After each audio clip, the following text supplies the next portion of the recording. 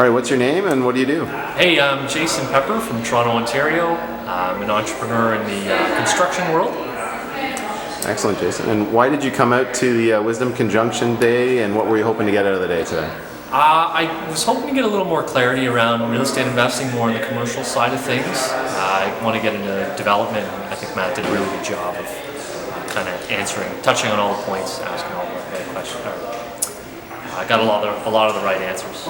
Now, one of the things with Matthew is he's not as much like nuts and bolts, like this is how you do it, do this, then do that. And, it's more like the softer skills, or like the skills that many people don't have that helps to put the deals together, right? So what was your biggest takeaway from today?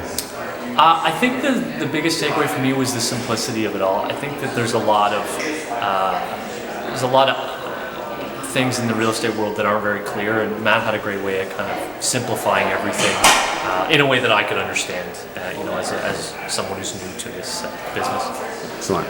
And would you recommend Matthew's events or Matthew as a mentor? Absolutely, yeah. Come to his event, check it out. It's worth the money. It was worth my time. I think I got a lot of value. So anyone that's looking to get involved in real estate, come on by. Matt's awesome. Cool, man.